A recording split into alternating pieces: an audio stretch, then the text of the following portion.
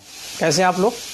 आज बारी है भारत में स्वतंत्रता संग्राम की। स्वतंत्रता संग्राम में आज पढ़ाएंगे आपको भारत में क्रांतिकारी आंदोलन और उनकी गतिविधियाँ। इससे पहले भारत में कांग्रेस युग मैंने पढ़ाया था, गांधी युग हो चुका था। 1857 की मंगल पांडे की क्रांति से लेकर के 1947 तक आज़ादी की राह में जो नौजवान चले थे वो सारी राहें भले रपटीली और पथरीली हों, हम लोगों ने पढ़ी थी कि जब जब जो होना है तब तब सो होता है। तो आज़ादी के लिए हमने जो भी प्रयास किए वो सारे ईमानदार और मेहनत के प्रयास थे। तो कम से कम आज की जो पीढ़ी है, युवा पीढ़ी, वो जाने तो हम आज़ादी को किस तरीके से पाए, तभी हम इस देश को सहज के रख पाएंगे। तो आज क्रांति का फ्लेवर है, आंदोलन काफ़ी ज़्यादा कॉन्सेप्टिव और टिपिकल है। आज इसकी हम एक आउटलाइन बना दे रहे हैं, फिर आगे जैसे समय मिलेगा हम घटनाओं को डिटेल से समझाते रहेंगे। ये उनके लिए जिनको इतिहास की समझ विकसित करनी है। तो आइए शुरू करते हैं। भारत में क्रांतिकारी आंदोलन के दो स्टेप यानी चरण माने जाते हैं। पहला दौर शुरू होता है 1897 से 1917 तक। दूसरा दौर शुरू होता है 1924 से 1934 तक। बीच में गैप कहाँ से आ गया ये भी मैं समझा देता हूँ। महात्मा गांधी के भारत में आने से पहले भारत में धूम धड़ाका हो रहा था और इस दौर में कुछ संस्थाएं आंदोलन भारत में बने शुरू हुए, कुछ विदेशों में शुरू हुए। इसका डिटेल अभी हम करते हैं। और धीरे धीरे ये आंदोलन शांत होते गए। इधर महात्मा गांधी भारत में आ गए। साबरमती आश्रम उन्होंने 16 में बनाया। 17 में उनका पहला आंदोलन था चंपारण, फिर खेड़ा आंदोलन, अहमदाबाद मिल मूवमेंट, रोलट एक्ट का विरोध किया, खिलाफत आंदोलन में मुस्लिम लोगों का सपोर्ट किया, फिर अशोक आंदोलन में बढ़ चढ़ के हिस्सा लिया। 1922 तक गांधी जी की गाड़ी नॉन स्टॉप चल रही थी। सब कुछ लगा कि अब गांधी में है। लोगों ने भी कहा गांधी तुम संघर्ष करो, हम तुम्हारे साथ हैं, जैसे अन्ना हजारे के साथ हमने कहा था। लेकिन अचानक आंदोलन में चेन पुलिंग हो गई और चोरी चोरा की घटना घट गई और गांधी जी ने आंदोलन को इसी आधार पर ब्लॉक किया, छोड़ दिया। अचानक आंदोलन बिखर गया। तो जो युवा थे, जो गांधी जी को पसंद करते थे, जिन्होंने बंदूक छोड़ दी थी, अचानक आंदोलन डाइवर्ट करने पर उन्होंने गांधी जी के ना होने पर उस गैप को भरा। जिस बस को गांधी जी चला के जा रहे थे, आज़ादी एक्सप्रेस, अचानक गांधी जी ने बस चलाने से मना कर दिया और कह दिया अब तुम्हारे हवाले ट्रेन साथी हूँ। तो ऐसी स्थिति में स्टीयरिंग पर फिर युवा आ गए और भारत में दूसरे दौर के क्रांतिकारी आंदोलन प्रारंभ हुए। क्वेश्चन आता है भारत में क्रांतिकारी गतिविधियाँ क्यों शुरू हुई। उसका रीजन माना जाता है गांधी जी का अचानक अशोक आंदोलन को ड्रॉप करना। तो ये दौर 1922 से शुरू होता है, लेकिन संस्था जो कि 24 में बनी थी कानपुर में, और इसी संस्था से संबंधित है काकोरी कांड। तो दूसरे दौर में जो युवा थे उसमें भगत सिंह, राजगुरु, सुखदेव, चंद्रशेखर आज़ाद की टीम थी और पहले दौर में सावरकर, कन्हारे जैसे लोग थे। 1930 तक आते आते क्रांतिकारी आंदोलन का जो उफान था वो शांत हो गया था और नमक का मुद्दा हो गया था। इरविन ने नमक पर कर लगा दिया था। गांधी को भी एक मुद्दा मिल गया। नमक तो एक बहाना था, गांधी को दोबारा आना था। इसी मुद्दे पर उन्होंने फिर अपनी राजनीति शुरू की और लोगों को एक जोड़ने का प्रयास किया।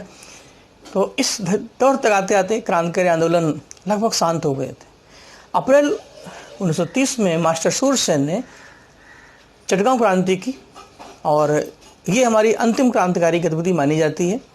1934 में सूरसेन को फांसी हो गई और भारत में सारे क्रांतिकारी आंदोलन लगभग समाप्त हो गए। उसके बाद फिर गांधी जी की राजनीतिक पारी लगभग स्टार्ट हुई।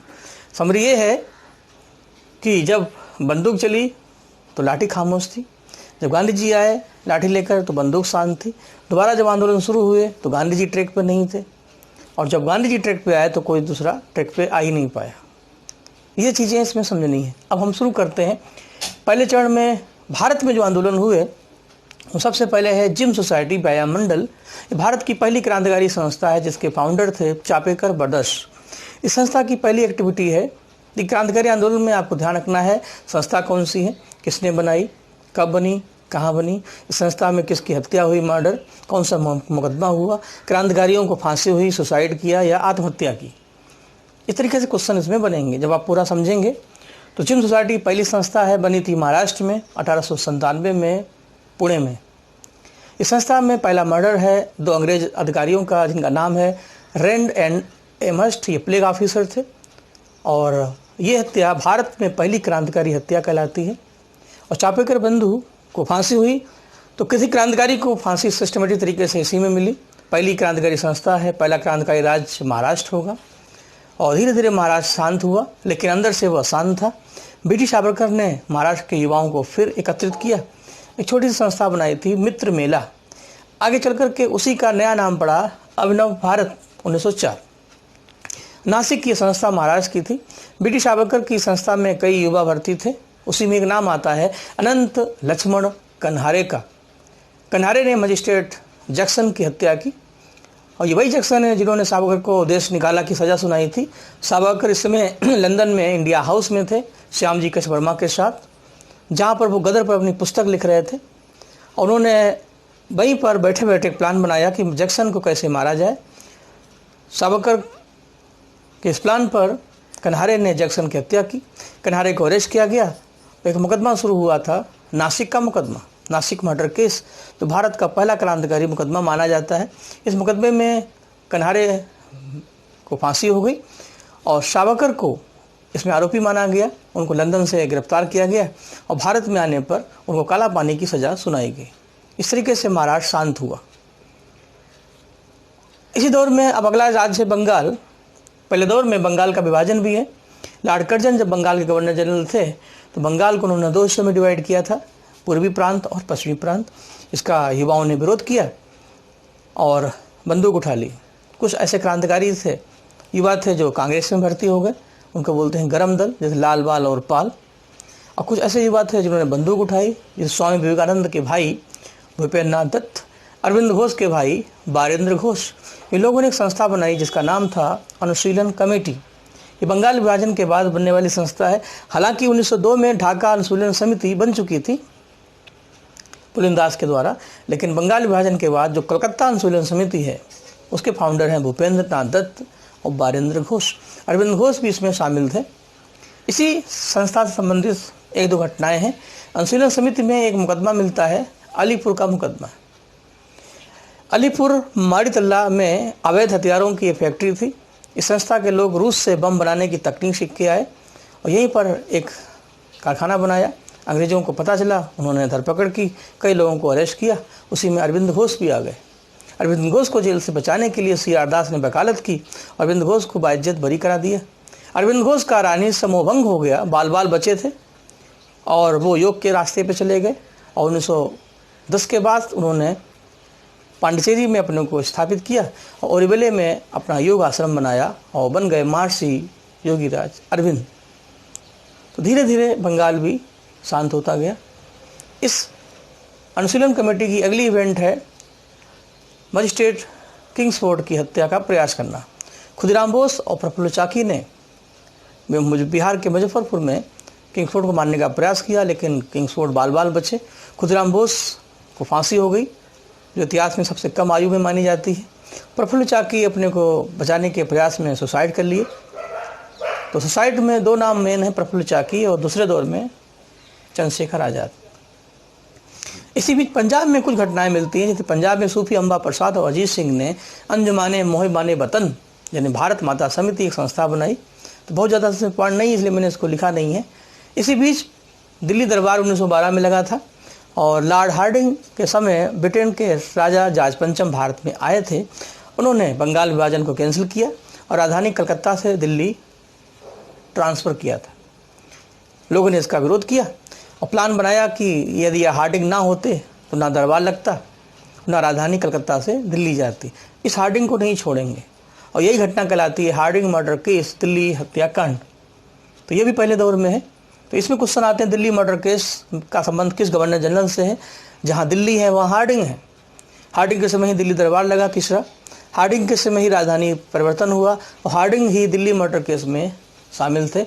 आरोपी थे इसमें रास बिहारी बोस, उनके साथ उनकी टीम थी जिसमें अवध बिहारी, बसंत विश्वास, बाल मुकुंद और अमीर चंद जैसे लोग थे। इन लोगों को फांसी हो गई। रास बिहारी बोस जापान भाग गए और धीरे धीरे पहला दौर हमारा शांत हुआ भारत में। अब इसी दौर में विदेश में देख लेते हैं। विदेशों में क्रांतिकारी घटनाएं पहले से ही सक्रिय थीं। 1905 में श्यामजी कृष्ण वर्मा, जो राजस्थान के जोधपुर रियासत से संबंधित थे, उन्होंने संस्था लंदन में बनाई थी इंडियन होम रूल सोसाइटी। इस संस्था में उन्होंने एक हॉस्टल छात्रावास स्थापित किया जिसका नाम था इंडिया हाउस। इसी हॉस्टल में भारत से आने वाले सारे क्रांतिकारी रुकते थे अपने को एनर्जिकल करते थे, यहाँ से वो एनर्जी लेते थे, यहाँ से वो चार्ज होते थे, फिर भारत में डिस्चार्ज होते थे। उसी में लाला हरदयाल, करतार सिंह सराभा, भाई परमानंद, वीर सावरकर जैसे लोगों का नाम आता है। अब इस संस्था से जुड़ी हुई 2-4 घटनाएं बता देते हैं। इंडियन होम रूल सोसाइटी के फाउंडर हैं श्यामजी कृष्ण वर्मा। इनका एक न्यूज़पेपर है इंडियन सोशियोलॉजिस्ट। संस्था है इंडिया हाउस। इस संस्था में भी एक मर्डर है, मजिस्ट्रेट वाइली की हत्या। जो मेंबर हैं उनका नाम है मदन लाल ढींगरा। मदन लाल ढींगरा ने लंदन में वाइली की हत्या की। ये वही वाइली हैं जिन्होंने श्यामजी कृष्ण वर्मा को भारत से देश निकाला घोषित किया था। और ये पहली बार था हमने किसी के यहाँ उनके घर में घुस के मारा। लंदन में अंग्रेज़ थे और हमने लंदन में संस्था बनाई, तो बहुत बड़ी बात थी। ये कहलाता है किसी भारतीय द्वारा किसी अंग्रेज़ की विदेश में पहली हत्या, first British murder of A British by Indian, first time in foreign. जो काम चापेकर बंधु ने रैंड और हेमस्ट किया था, भारत में पहली क्रांतिकारी हत्या, वही काम ढींगरा ने 1909 में वाइली की हत्या के बाद किया। ढींगरा को अरेस्ट किया गया, ढींगरा को फांसी हो गई, संस्था को बैन कर दिया गया। वर्मा जी फ्रांस, पेरिस चले गए। बाकी जो बचे हुए थे विथ बैग एंड बैगेज, वो वहाँ से भागे और अमेरिका सेटल हो गए और आगे चल करके गदर पार्टी बनाई। इस संस्था से संबंधित जो लोग थे उसमें लाला हरदयाल, परमानंद जैसे लोग थे। तो अमेरिका चलते हैं, उससे पहले थोड़ा जर्मनी चलते हैं। उसी दौर में एक नाम आता है मैडम भीखाजी कामा का। मैडम भीखाजी कामा को national mother of Indian struggle, भारतीय स्वतंत्रता संग्राम की राष्ट्रमाता कहते हैं। राष्ट्रपिता सबको पता है महात्मा गांधी हैं, लेकिन राष्ट्रमाता पूछें तो बच्चे बता देते हैं कस्तूरबा गांधी हैं। तो ध्यान रखना, अलग अलग है। जो काम भारत में महात्मा गांधी ने किया, यही काम विदेशों में मैडम भीखाजी ने किया। और 1907 में दूसरा अंतर्राष्ट्रीय समाजवादी सम्मेलन जब स्टुटगार्ट जर्मनी में हुआ था, तो उन्होंने भारत का प्रतिनिधित्व किया, अपने हाथों से तिरंगा झंडा बनाया, उस अधिवेशन में फहराया। तो विदेश में पहली बार तिरंगा झंडा कब, किसने और कहाँ फहराया? तो कामा जी ने जर्मनी में 1907 में स्टुटगार्ट में फहराया। ये सारे पॉइंट खास हैं। वंदे मातरम इनका महत्वपूर्ण पेपर था, राष्ट्रमाता इनको कहा जाता है। अब चलते हैं अमेरिका। सैन फ्रांसिस्को शहर में सोहन सिंह भकना एक संस्था पहले बना दिए थे और लाला हरदयाल के साथ मिलकर के उन्होंने उसी का नाम रखा गदर पार्टी। गदर इनका पेपर था। गदर का मतलब है 1857 का विद्रोह। उसी की मेमोरी में ये पेपर निकलता था जो कई भाषाओं में प्रकाशित होता था। इसी संस्था से संबंधित एक घटना है कामागाटा मारू इवेंट। 1914 में एक जहाज़ जो भारत में जो जापान के किराए पर लिया गया था और कनाडा के रास्ते ये आना था इसको, लेकिन वो जहाज़ फिर भारत लौट गया। तो उसी घटना को हम आगे पढ़ाएंगे। पीछे हमने इसको बताया था। ये पहला दौर था। देखते देखते महात्मा गांधी आए, उनका आंदोलन क्लोज हुआ। गांधी के ना होने पर दोबारा फिर वही धूम धड़ाका शुरू, क्योंकि अब बच्चे पिच पर खेल रहे थे, गांधी जी साइड में दर्शक मात्र थे। तो इस दौर में 2 क्रांतिकारी संस्थान हैं। सबसे पहले है HRA जो कानपुर में स्थापना हुई थी 1924 में। इसके संस्थापक हैं सचिन सान्याल और राम प्रसाद बिस्मिल यानी पंडित जी। इस संस्थान में सबसे पहले कहा कि हमारे पास हथियार होने चाहिए, उसके लिए पैसा होना चाहिए। पैसा था नहीं, तो सरकारी खजाना क्यों ना लूटा जाए। तो 8 डाउन पैसेंजर गाड़ी जो मेरठ से सहारनपुर लखनऊ रास्ते से आ रही थी, उसी को लूटने का प्लान बनाया गया। इसी प्लान को बोलते हैं काकोरी कांड। हमने ट्रेन को रोका, खजाना लूटा, लेकिन लापरवाही में, हड़बड़ाहट में हम खुद लुट गए। बनते देर नहीं, बिगड़ते देर नहीं। कई लोगों को अरेस्ट किया गया, अधिकतर लोगों पर मुकदमा चला। 4 लोगों को फांसी दी गई और चंद्रशेखर आज़ाद अपने को बचा ले गए। लखनऊ GPO में यह मुकदमा शुरू हुआ था। इन लोगों को बचाने के लिए मदन मोहन मालवीय, गोपाल कृष्ण गोखले ने बहुत प्रयास किए, लेकिन संभव नहीं हो पाया। राम प्रसाद बिस्मिल को गोरखपुर की जेल में फांसी दी गई। अशफाकुल्लाह खां को फैजाबाद में फांसी दी गई। रोशन सिंह को इलाहाबाद की नैनी जेल में फांसी दी गई और राजेंद्र लाहिड़ी को गोंडा उत्तर प्रदेश में फांसी दी गई। आज़ाद नाम के अनुरूप आज़ाद थे और उन्होंने आगे चल कर के नए युवाओं के साथ मिलकर के एक नई संस्था बनाई HRSA। दोनों में S का अंतर है। ये संस्था दिल्ली के फिरोजशाह कोटला मैदान में 1928 में बनी। इसमें उनके सहयोगी थे भगत सिंह। इस संस्था में राजगुरु सुखदेव, बटुकेश्वर नाथ दत्त, यशपाल जैसे लोग थे। इस संस्था की एक्टिविटी में सबसे पहली है सैंडर्स की हत्या।